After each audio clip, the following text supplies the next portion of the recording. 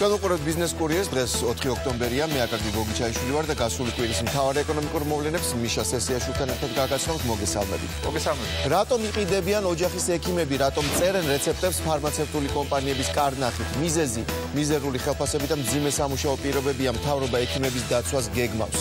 მომხმარებელიც დაიცვას მთავრობამ, რომელსაც გაზ-გაზამართ სადგურებზე ატყუებენ ტექნიკური კონტროლი თავად კომპანიების ხელშია, ხოლო სახელმწიფო მათ აღარ აკონტროლებს. და რას გააკეთებს ამ ვითარებაში კონკურენციის სააგენტო? მას ყველა ბერკეტი ხელთ აქვს, თუმცა ამბობს, რომ ჯერ არ იცის რომელი სფეროს შემოწმებით დაიწყებს ან და როდის. დიახ, სამწუხაროდ ექიმები იყიდებიან, თანაც მასობრივად და ფარმაცევტული კომპანიების კარნახით, ან სულაც ალალბეძე წერენ რეცეპტებს, რომ წამლის გაყიდვები არ შეფერხდეს, ან ყველაზე მომგებიანი პროდუქტი გაუყიდონ აფთიაქებს და ეს ჩვენ წინა გადაცემებში უკვე არაერგზის ვაჩვენებთ. თუმცა მედალს ორი მხარე აქვს და მის მეორე მხარეს ოჯახის ექიმების მძიმე სამუშაო პირობებია. კლინიკები მათ 300-400 ლარს უხდიან ხელფასის სახით და მხოლოდ გამოძახებებზეც ამ ადამიანებს საკუთარი ხარჯებით უწევს წასვლა. ხოლო სამუშაოს მოცულობა ამ რეცეპტის მოთხოვნამ კიდევ უფრო გაზარდა. ვაჩინოთ ტელევიზორში მიფარე ახლა თუ შეიძლება. საყოველთაო ჯანდაცვის ამოქმედების შემდეგ პოლიკლინიკებს პაციენტები და შემოსავალი მოემატათ. ექიმები კი გაზრდილ დატვირთვასა და დაბალ ანაზღაურებაზე ჩივიან. ეთერ რობაქიძე ერთ-ერთია, ვინც სამუშაო ადგილი კაბალური პირობების გამო დატოვა და კოლეგებთან ერთად ახალი ამბულატორიის გახსნა გადაწყვიტა. დიდი თანხა გაიყო სახელმწიფომ ამ გაჭირვებულ და შეჭირვებულ პერიოდში იმისთვის, რომ ყოფილიყო ყველა ადამიანი დაცული და ყველას ქონოდა ელემენტარული პირველად ჯანდაცვის მომსახურების მიღების საშუალება საქართველოს ნებისმიერ მოქალაქეს, მაგრამ სამწუხაროდ ეს ყველაფერი ხორციელდება ექიმების დისკრიმინაციის ხარჯზე. და ამას აკეთებს ის კერძო კომპანიები, რომლებმაც ხელში ჩაიგდეს აწყობილი, გაწყობილი, მშვენივრად გამართული სამედიცინო დაწესებულებები. თბილისის პოლიკლინიკები 3-4 წლის წინ გაიყიდა. კერძო მეპატრონეების ხელში გადასული პირველადი სამედიცინო რგოლი დღეს საყოველთაო ჯანდაცვის პროგრამის მთავარი მიმწოდებელია და ჯანდაცვის სამინისტრო კაპიტაციის მეთოდით მიმაგრებული მოსახლეობის რაოდენობის შესაბამისად ყოველთვიურად ურიცხავს თანხას. თუმცა ბიუჯეტს კერძო მესაკუთრეები განკარგავენ და სამედიცინო პერსონალს მიზერულ ხელფასს უხდიან. 1000 ბენეფიციარზე შეიძლება ექიმმა აიღოს სადღაც 160 ლარი, 180 ლარი, ექთანმა შეიძლება აიღოს 76 ლარი დაქვეითვის შემდეგ და ეს იმდენად სამარცხვინო თანხაა, რომ ალბათ დადგება დრო და ეს ამ პროექტი განხორციელება შეექმნება პრობლემა მხოლოდ იმიტომ, რომ ექიმების მწვავე დეფიციტი იქნება პირველად ჯანდაცვის ობიექტებში. ხარისხი მინდა გითხრათ, რომ არ ეცემა ჩვენ ხარჯზე, ექიმების ხარჯზე. მე მაგალითად ვერ გავსინჯავ ექიმს, პაციენტს, რომელიც მეტ თანხას გადამიხდის უკეთესად და პაციენტს, რომელიც 20 თეთრით არის შემოსული, იმას ნაკლებად. ანუ ჩვენ ექიმებს გვიწევს ზედმეტი შრომა და ამას პაციენტებიც გრძნობენ. ექიმისა და ექთნის ყოველი გუნდი 2000 მოსახლეზეა გათვლილი. ერთ მოქალაქეზე მიუხედავად იმისა, მივა თუ არა ის ექიმთან, სახელმწიფო პოლიკლინიკას თვეში 2 ლარს უხდის. აქედან ექიმის ხელფასი 15-დან 20 თეთრამდე მერყეობს. ექთნის უფრო ნაკლებია. ამ თანხითვე უნდა დაიფაროს ადმინისტრაციული და მატერიალურ-ტექნიკური ბაზის აღჭურვის ხარჯები. კონკრეტულად რაზე რამდენი იხარჯება, ეს პოლიკლინიკების მენეჯმენტის საიდუმლოა, რომელშიც სახელმწიფოც კი ვერ ერევა. კერძო დაწესებულების სახელმწიფო პოლიტიკაში ჩვენ ვერ ვერევით. ეს არის დამქირავებელს და დაქირავებელს შორის საკონტრაქტო ურთიერთობა, ასე ვთქვათ. ჩვენ ვიხდით კაპიტაციის მეთოდით 2 ლარს ერთ სულ მოსახლეზე, რაც გამოდის, რომ ერთი გუნდი უნდა ღებულობდეს 5000 ლარს თვეში. არასამთავრობო ორგანიზაცია ჯანდაცვის მონიტორინგისა და რეფორმების ცენტრში განმარტავენ, რომ სახელმწიფო უფრო აქტიურად უნდა ჩაერიოს კერძო პოლიკლინიკების მიერ სახელმწიფო თანხების მართვაში. მით უმეტეს, რომ ევროპის ბაზარზე ამის მაგალითები მრავლად არის. სახელმწიფოები ამ საკითხში როგორც მხარე ერევა და სთხოვს მომსახურების მომწოდებლებს თითოეული ამ კომპონენტის დაბალანსებას. პროცენტულად თუ გადავხედავთ 30%-ზე ქვემოთ ექიმების ხელფასებზე არც ევროპის და არც აღმოსავლეთ ევროპის ქვეყნებში ექიმების ხელფასებზე არ იხარჯება. ეს არის 30% ის ძალიან მინიმალური ზღვარი, რომელზეც იგი საუბარი არ არის, რომ უნდა დაიხარჯოს. ჯანდაცვის სამინისტროში განმარტავენ, რომ ფასწარმოქმნის ინტეგრალური სისტემის შექმნაზე მუშაობენ. მანამდე კი ექიმებს თანამშრომლობისკენ მოუწოდებენ. დაგვეხმარონ იმაში, გამოხატონ თავისი პოზიცია, დააფიქსირონ და თუ კიდე ერთხელ ხას უსვამ, ეს საფრთხეს უქმნის სერვისების მიწოდების უწყვეტობას, ან სერვისების მიწოდების ხარისხს, ჩვენ შესაბამის, ასე ვთქვათ, ქმედებებს განვახორციელებთ. ვიდრე პირველად სამედიცინო რგოლში დამქირავებლისა და დაქირავებულის ურთიერთობა საკანონმდებლო დონეზე დარეგულირდება, ექიმებს გამოსავლის მოძებნა თავად მოუწევთ. ამ თემაზე საუბარში ახლა ოჯახის ექიმი მანანა ელიზბარაშვილი შემოგვიერთდება და გვეტყვის რა გზას ხედავენ ექიმები ამ პრობლემის გადასაჭრელად. მოგესალმებით. ალბათ ეს რთული სიტუაცია რაც შეეხება მძიმე სამუშაო პირობებს ან გართულებულ სამუშაო პირობებს და მიზერულ ანაზღაურებას არ ხსნის თქვათ იმას რომ და არ ამართლებს იმას რომ თქვათ ექიმები შემდეგ ექცევიან სტუნების ქვეშ და მიდიან გარიგებებზე ფარმაცევტულ კომპანიებთან წერენ იმ წამლებს რომლებიც აფთიაქებს უნდა და ასე შემდეგ. მართალია შეიძლება პაციენტს არ აზარალებს, მაგრამ ნუ ეთიკურად რა თქმა უნდა არ არის გამართლებული. მაგრამ მეორე მხრივ რა თქმა უნდა დავინახოთ რა სიტუაციაშია ეს ექიმი, რომელიც აი ესეთი დიდი სტუნების წინაშე დგას, როდესაც აი ეს ბიზნესი თქვათ თავაზობს რაღაცა გვერდისავლას თქვათ ეთიკის. რა არის ეს სიტუაცია? აი თქვენს მაგალითიდან გამომდინარე, რამდენად გაიზარდა თქვენთან პაციენტების ნაკადი, იმიტომ რომ საყოველთაო გახდა დაზღვევა ერთის მხრივ და მეორეს მხრივ რეცეპტზე ნებისმიერ წამალზე ფაქტობრივად თუ არ უნდა რომ ვთქვათ კანონდამღვევი აღმოჩნდეს ეს მოქალაქე უნდა მოვიდეს ოჯახის ექიმთან. აი რამდენად გაიზარდა თქვენთან ამ ორი მიზეზის გამო პაციენტთა ნაკადი? მოგესალმებით. ამ მიზეზის გამო იქიდან გამომდინარე რომ ეს პროგრამა პროექტი საყოველთაო ჯანდაცვის სახელმწიფო პროგრამა რომელიც მოიცავს მთელ საქართველოს და ყველა მოსახლეზე არის გათვლილი ძალიან საუკეთესო იყო სხვა პროექტებს შორის რომელიც ჯანდაცვის სამინისტრომ შემოთავაზა შინაარსობრივად ძალიან კარგი არის მოსახლეობისათვის და ყველა მოსახლეს შეუძლია აბსოლუტურად ულიმიტოდ მიმართოს ოჯახის ექიმს მაგრამ რადგან დღესდღეობით კიდე ჩაერთო რეცეპტურის გამოწერის და წამლების რეცეპტი რა თქმა უნდა, რაც აუცილებელი იყო ალბათ, რა თქმა უნდა, იმიტომ რომ თვითმკურნალობისგან იცავს ადამიანს, მომართვიანობა გაორმაგდა, შეიძლება ითქვას დღესდღეობით. მაგრამ ეს ექიმის ხელფასზე და ექიმის შრომის უნარიანობის გაუმჯობესებაზე ახლა შეიძლება შრომის უნარიანობას ეს ვერ გააუმჯობესებს და კეთილსინდისიერად ემსახურება ოჯახის ექიმი ყოველთვის თავის ბენეფიციარს, მაგრამ ექიმის ხელფასზე ეს არ აისახება და ვერ წაისახება. არის мотивация შრომის უნარიანობა იზრდება როგორც წესი. ეს არ არის რომ მხოლოდ ეს არის აი ჩვენ სინამდვილეში საქართველოს სინამდვილეში პირველადი ჯანდაცვა მოქცეული იყო მერიის ზედამხედველობის ქვეშ და მერიამ გაასხვისა გაყიდა მთელი ეს დაწესებულებები პირველადი რგოლის და აღმოჩნდა ისეთი სამედიცინო სფეროზე არაორიენტირებული ადამიანების ხელში.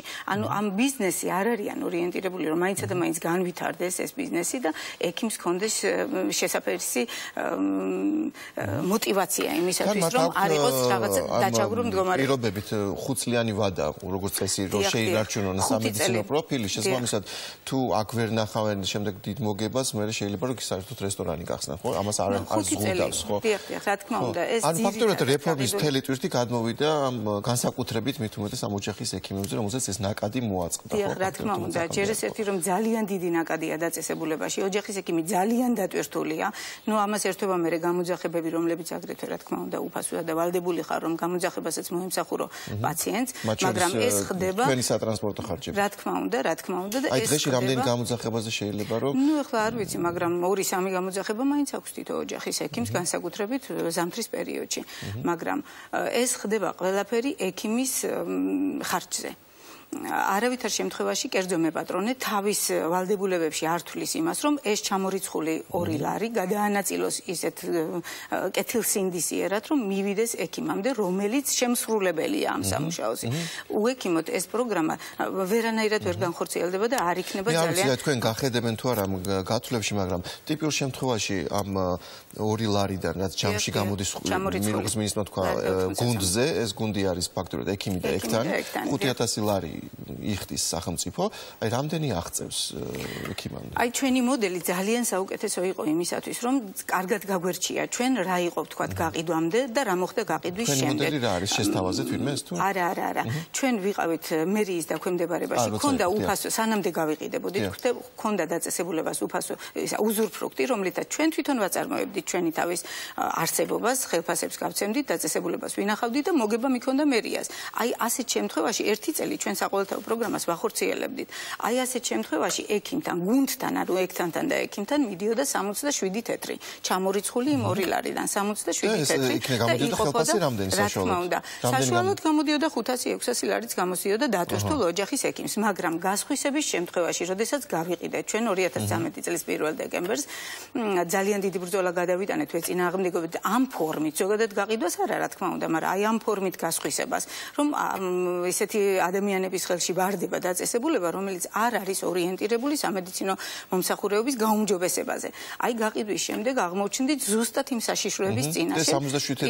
67 თეთრი დავიდა 28 თეთრზე. ანუ თითქმის სამჯერ შემცირდა. შესაბამისად შემცირდა ხელფასი. დიახ, რა თქმა უნდა, 19 თეთრი გამოსდის ექიმს და 11 თეთრი ექთანს. ეს არის ძალიან კაბალური, ძალიან მიზერული, ანუ ძალიან დატვირთული, იმიტომ ყველა ოჯახის ექიმი დატვირთულია მით უმეტეს დღეს, როდესაც მომართვიანება გაორმაგდა და გასამაგდა, ექიმს გამოსდის 300 ლარამდე ხელფასი, არც კი. ანუ სამუშაო გაორმაგდა და ხელფასი სამჯერ შემცირდა. სამჯერ შემცირდა, დიახ, ასე. განსაკუთრებით ეს მძიმეა ემოციურად, როდესაც შენ ქონდა თქვა 600 ლარი და ეხლა იღებს 300 ლარს. ზუსტად და სწორედ ამას აპროტესტებდნენ ექიმები, ზუსტად რომ იცით რატო ყოველთვის მერია და საერთოდ როდესაც გაყიდვის პროექტი დგებოდა პოლიკლინიკების, ამბობდნენ რომ ექიმს არ შეუძლია თავისი ხელფასის გაორმაგება, ანუ გაზრდა, არ შეუძლია სამედიცინო დაწესებულების თანამედროვე სტანდარტებზე აყვანა და ამიტომ გაყიდვები აუცილებელია.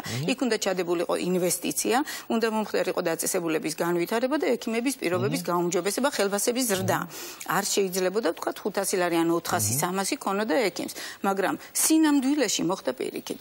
ყველა დაწესებულებაში ძალიან ძნელია მოედავა ესეთ სიტუაციაში ექიმს, რომელიც დღეში სამ გამოძახებაზე მიდის ხელფასი სამჯერ შეუმცირდა, რომ მან კარი გამოუხუროს, თქვათ, იგივე ფარმაცევტული კომპანიის აგენტს, რომელიც თავაზობს რაღაც გარკვეულ ანაზღაურებას, რომელიც დარწმუნებული დიდი არ იქნება ალბათ, ხო? არა, ესენი არ არის და მე ვთვლი, რომ ყველა ექიმი არც არის გარეული ფარმაცევტულ კომპანიებთან. მინისტრმა განაცხადა, რომ გამოხატონო თავიანთი პოზიცია ექიმებაო და ჩვენ თუ დავინახეთო, რომ აი ეს არსებული სიტუაცია აისახება ცუდად ხარისხზე მომსახურების, აი შემდეგ შევიძლებთ ჩარევასო.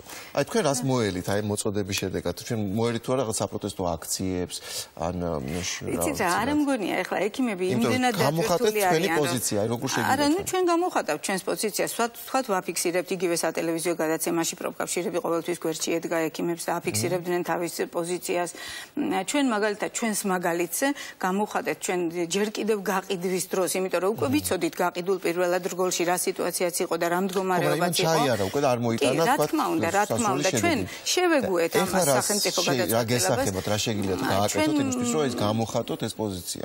ჩვენ ორივე მხარემ დაინახოს ბიზნესმაც და თქვა მთავრობამაც. დიახ, რა თქმა უნდა, აი ჩვენ მაგალითად მოვიფიქრეთ ასეთი მოდელი, მთელი გუნდი, ექიმების გუნდი შევიკრიბეთ, ჩამოვაყალიბეთ ჩვენი თვითმართველი ერთეული შებეცე და გამოვედით ახლა ამ დაწესებულებიდან შუაქალაქში აღარ ვიმყოფებით, რა თქმა უნდა, ჩამოვაყალიბეთ ჩვენი ახალ გახსნილი მედი, რომელიც არის უშუალოდ ექიმების. პროექტიც ასეთი იყო, წარუდგინეთ ჩვენ მთავრობას ბიზნეს გეგმა დავწერეთ, რა თქმა უნდა, ყველა ექიმმა ზოგმა ვალი აიღო, ზოგმა ოჯახებიდან გამოიტანა, ჩავდეთ, მოგცეს საინვესტიციო ვალდებულება, ისე ტყუილად არავინ არაფერს არ აძლევს და არ პირდება, თუ არ წარადგინე გარკვეული პროექტი, წარვადგინეთ საინვესტიციო ვალდებულებები გვაქვს, ზოგადად ვალდებულებები გვაქვს ძალიან ისეთი ბევრი აღებული, მაგრამ ექიმმა ვინც თავისი საქმე იცის და გუნდი არის შეკრებილი, ჩვენ მთელი ცხოვრება ისე და ჩვენ ვაწარმოებდით დაწესებულებებს. როგორ შეიძლება აწყობა ფინანსური საქმის.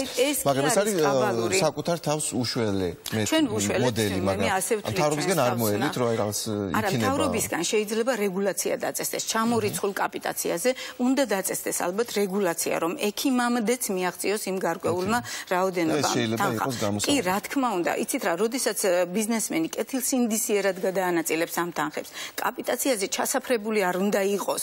აი დღეს ჩვენ სინამდვილეში ასე ხდება, რომ ელოდებიან კაპიტაციის ჩამორიცხულ თანხებს, იმიტომ რომ დაწესებულებას, რა თქმა უნდა, ბევრი ბენეფიციარი ყავს, 20.000 და 28.000 ბენეფიციარი საკმაო თანხას იძლევა.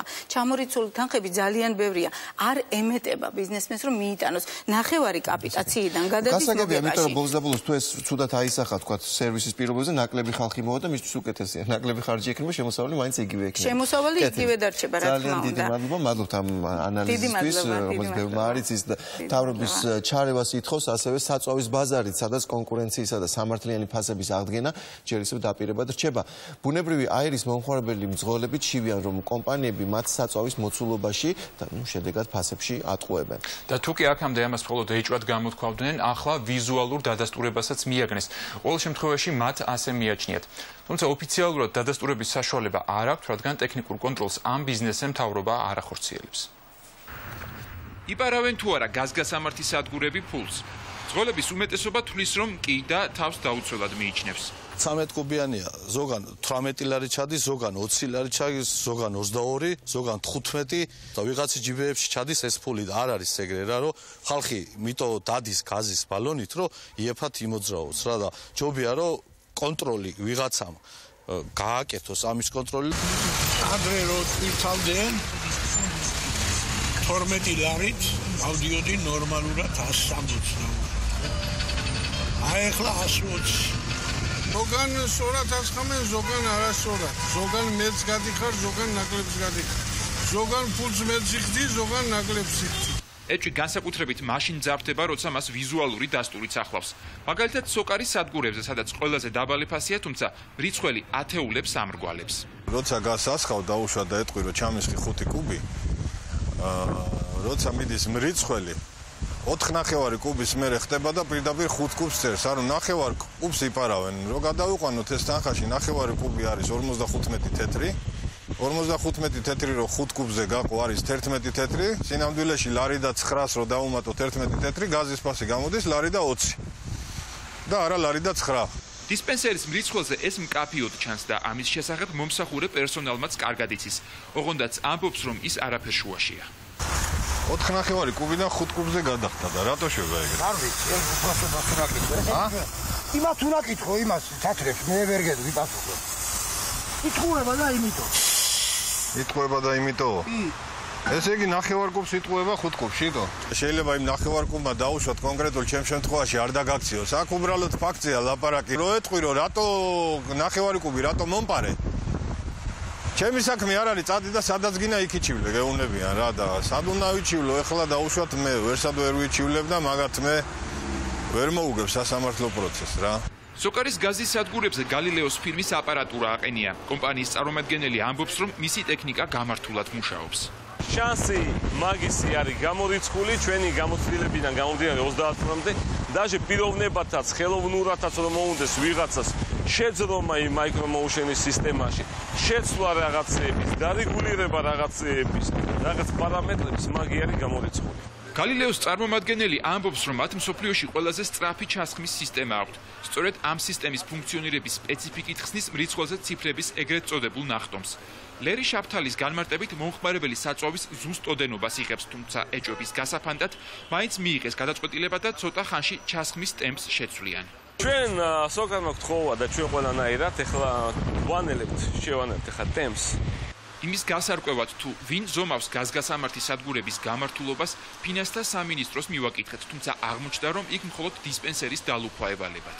მრიცხველი და მადოზირებელი მექანიზმების პირველად დალუქვას, მას შემდეგ რაც იქ უკვე ჩატარებულია დამოწმება შესაბამის კომპეტენტური ორგანოს მიერ ახორციელებს გადასახადის გადამხდელი, რა თქმა უნდა საგადასახადო ორგანოს მიერ გაცემული ლუქის საშუალებით ლუქებს ამოწმებს შემოსავლების სამსახური მუშაობს თუ არა, ხო არ არის დაზიანებული, ან ხომ არ მუშაობს ავტოგასამართის სადგური ლუქის გარეშე. სამინისტროდან საქ სტანდარტში გადაგვამის სამართეს, თუმცა აღმოჩნდა, რომ აპარატურას არც იქ ამოწმებენ და ამით კერძო კომპანიები არიან დაკავებულნი. ერთი მათგანი მეტროლოგიის ცენტრია, სადაც გვითხრეს, რომ მრიცხველზე ციფრების გადახტომა ნორმად ვერ ჩაითვლება. მრიცხველის ასეთი გადახტომები ჩემს აზრით დაუშვებელია. არ შეიძლება. უფრო მეტიც, ექსპერტის აზრით დარგის სათანადო კონტროლს სახელმწიფო ვერ ახორციელებს და იქ თაღლითობის არაერთი ხერხი არსებობს, რომელთა გამოყენება მეპატრონის კეთილს ინდისიერებაზეა დამოკიდებული. შეიძლება ხელოვნურად მოხდეს ამ სიკვდილის შეცვლა და შესაბამისად მაგალითად 10 მეტრ კუბის ნაცვლად შემდგომ ჩაგისხან დაუშვათ 9 მეტრ კუბი. თუ სათანადო ტემპერატურისა არ არის და სტანდარტურზე მიეწოდება მაღალი ტემპერატურით მიეწოდება გაზი, უკვე გამოდის ის, რომ ესე იგი ცხელი გაზი მიიღეთ ბალონში და გარკვეული პერიოდის შემდეგ უკვე ის გაცივდება და შედარებით ნაკლები რაოდენობის გაზი შეგრჩებათ დაახლოებით იმის მესამედი, ან იმის ნახევარი და ასე შემდეგ. ასეთ სახელმწიფო კონტროლი ჯერჯერობით არ არის, მაგრამ ამის კონტროლი უნდა დაევალოს ალბათ უმოკლეს ხანში იქნება ჩემის აზრით, იმიტომ უკვე დიდი ხანია ასეთი უკონტროლო მდგომარეობა არის. გასამართ სადგურებზე ტექნიკური ზედამხედველობა კერძო კომპანიებს რამდენიმე წლის წინ გადაეცათ. ექსპერტთა თქმით, დღეს სახელმწიფოს სათანადო საკონტროლო აპარატურა აღარ აქვს და დარგშიც ბუნდოვანი სიტუაციაა. სამწუხაროდ არ ვიცნობთ სოკარის პოზიციას, კომპანიამ ამ თემაზე საუბარი არ ისურვა. შესაძლოა კონკურენციის სააგენტო იყოს ის სტრუქტურა, რომელიც ამ ვითარებაში გაერკვევა. სოკარს ბაზარზე ყველაზე იაფი გაზი აქვს, იმპორტიორი თავადაა და თუ კი ფასში სხვაობას დისპენსერი თაბალანსებს, ცხადია, ამით კონკურენცია იზღუდება. გეთახმები მიშა ესე გამოდის, მით უმეტეს რომ წინა გადაცემაში კონკურენციის სააგენტოს ხელმძღვანელმა საწვავის ბაზარი სწორედ იმ სფეროებს შორის დაასახელა, რომელთა შემოწმებაც იგი იქმნება, შესაბამისად წესით უნდა დაინტერესდეს, თუმცა დღეს იგივეს სააგენტოს ხელმძღვანელი აღარ იმეორებს. ზუსტად ეს საკითხები არის იგივე ბენზინის თემატიკა, თქვენ თვითონ ხაზი გაუსვით, იგივე ფარმაცევტის თემატიკა, ეს ისეთი საკითხებია, რომელიც საზოგადოებაში მოსილებს, უნდა გაეცეს პასუხი, რა ხდება კონკრეტულად, ან მართლა არის თქვათ ესეთი ვითარება, თუ თქვათ ეს ცოტა ხელმოერთ არის შექმნილი და რაღაც ანგაჟირების თემა არის. ეს იყო ერთი კვირის წინ, დღეს კი სააგენტოს ხელმძღვანელი აცხადებს, რომ საწვავის ბაზარზე შესაძლო манипуляციები მას არ ეხება და ვერც იმას აზუსტებს, მაშინ რომელი შემოწმება ეხება ან როდის შეამოწმებს. რასაც საუბრობთ ახლა საინტერესოა ის ფაქტობრივი სხვა ცალკეული გარემოებები რამდენად ეხმიანება და შეიძლება ჩვენი კანონის რეგულაციის ქვეშ. დაინტერესება შეისწავლოს ეტაპობრივად და თუ თქვათ ეს მარგირებელი ორგანოს ფუნქცია არის, კიდე აქვს სხვა რეგულაციები არის ამ შემთხვევაში, იგივე თქვათ კანონის 30-31-დან მოკლედ თუ თქვათ შემოვიდა საჩივარ და ეს მარგირებლის კომპეტენცია არის, ჩვენ ვალდებული ვართ გადავუზრდოთ მას შესაბამის მარგირებულ კომისიას, მას უფლება აქვს თანამშრომლობის ფორმატის ფარგლებში მოგვიწვიოს როგორც საერთო კომისიაში შესწავლის მიზნით. ბატონ გიორგი, უკვე 3 დღეა ამოქმედდა კონკურენციის სააგენტო. თუ შემოვიდა უკვე განაცხადები და თუ იქნა უკვე დაინტერესება და დაიწყო რეალურად მუშაობა სააგენტომ კონკრეტულ თემაზე. კონკრეტულ სფეროებთან მიმართებით მინდა მოგახსენოთ, რომ სააგენტოს გარკვეული ხედვების ცალკეულ სასაქმო ბაზრებთან მიმართებით ჩამოყალიბებული აქვს. თუმცა ის დაზუსტების პროცედურას განიცდის ახლა. თუ რა კონკრეტული სფეროებია ეს, კიდე საქმის ინტერესებიდან გამომდინარე, რომ მოკვლევის პროცესი არ შეეშალოს შემდეგ ხელი და ჩვენი საქმე უნდა პროდუქტიული იყოს, ამ ეტაპზე გაშფრებისგან თავს შევიგებ. რაც შეეხება თავად გაგრძელება არის უბრალოდ თემის მოკვლევის პროცედურას, მინდა გითხრათ და ხაზი გაუსვათ. საქმის ერთეულიდან გამომდინარე, ეს შეიძლება გაგრძელდეს 3 თვიდან 10 თვემდე, ეს კანონმდებლობით არის გაწერილი. ალბათ უკეთესი იქნებოდა სააგენტოს თავად ივანიშვილი ჩადგომოდა სათავეში პრემიერად პოსტზე ყოფნისას გვახსოვს მან არაერთხელ განაცხადა რომ ზუსტად იცის სად არის მონოპოლიები და ამ კონტექსტში წამლების გაიაფებაც კი ერთგვარ გეგმად დასახა. კი ყველას გვახსოვს და ალბათ შეუძლიათ შევით მაინც დაეხმაროს ამ შემთხვევაში კონკურენციის სააგენტოს. რეკლამის შემდეგ კი კაზან ტიპი კამბოჯაში მიდის, ხოლო ანაკლის შანსები ზაფხულში უმასპინძელს ფესტივალს მინიმალურია. კამბოჯაში კი ყველაფერი ტურიზმს ემსახურება, პლაჟებიც, ტყეებიც, კომუნისტური წარსულიც და რეპრესიების ისტორიაც. ტურისტები იქ უარყოფით ემოციებშიც კი ფულსიხდიან დაგველოდეთ.